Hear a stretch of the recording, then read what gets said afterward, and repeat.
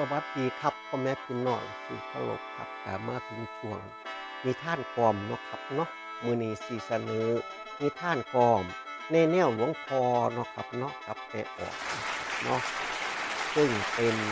เรียกว่านิทานแนวช่วยเหลือซึ่งกันและกันเนาะครับเนาะกันเป็นหลวงพ่อกับแม่ออกครับการละครั้งหนึ่งที่บ้านน้องบุญสู้ก็มีหลวงพ่อซุ่นแม่ออกศรีเนาะครับเนาะ แม่ออกสีเราก็สิไปวัดไปว่าอยู่ประจำเด้พี่น้อง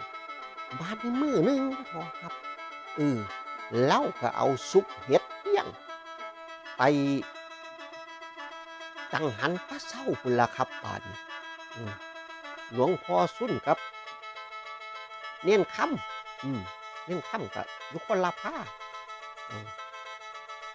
ก็สิมีแม่ออกค่ำคือยายศรีแล้วก็ยายสาเนาะครับเนาะ บ้านนี้แม่ย่าศรีเพิ่นบ่ระมัดระวังเด้ช่วงที่พระเดชพระคุณหลวงปู่ซุ่นเพิ่นฉันภัตตาหารอืมบ่นุ่งกางเกงในพี่น้องหลวงพ่อซุ่นเพิ่นตาช่อนแล่นตาช่อนแล่นไปเห็นพอดีเทิงไอเทิงกะแอมเทิงอยากอายเบิ่งบ้านนี้สิเฮ็ดจังไดน้อว่าซั่นย้านเจ้าของเป็นอาบัติถึงขั้นปาราชิกพี่น้อง เลยออกอุบายได้หลวงพ่อว่าเฮ้ยสิจังใดน้อว่าซั่นว่าที่ต้องให้แม่ออกที่แม่ออกสานี่ฝึกย่างจงกรมว่าซั่นว่าบ้านนี้พ่อสันเขาเสร็จก็นั่งอาสาวาอยู่หั่นล่ะครับที่แม่แง่อยู่เนาะครับบ้านนี้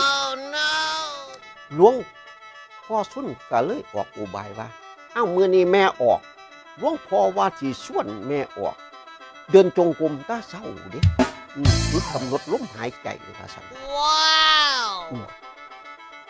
แม่นอยู่ติหลวงพ่อว่าซั่นแม่บอกสาว่าคือบ่เคยเห็นหลวงพ่อพาเฮ็ดจักเทื่อแม่นอีหลีล่ะว่าซั่นยายสาว่า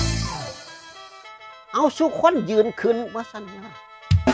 ส่วนแม่ออกสีที่นั่งตีแม่แง่มันสอดขึ้นมาฉันนำบ่ข้าหลวงปู่นั่นละโตการว่าสันว่า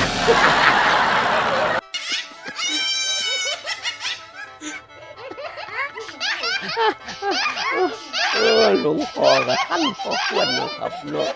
นิทานเรื่องนี้ก็จบลงซะพอดีนะครับเนาะอาชีบ่ให้เลาะสนอสด10 นิ้วปุ่มๆกลมๆของพ่อใหญ่บุญส่วนของขอโทษขออภัยด้วยครับเด้อสำหรับมื้อนี้เวลาหมดเวลาหากว่ายังมีความม่วนซื่นสนุกสนานช่วยกดไลค์กดแชร์ส่งต่อๆกันไปแล้วก็คอมเมนต์มานำจากฟังแนวใดเด้อครับเด้อสำหรับมื้อนี้เอาไว้เพียงเท่านี้แล้วก็ขอกล่าวคำว่าสวัสดีครับ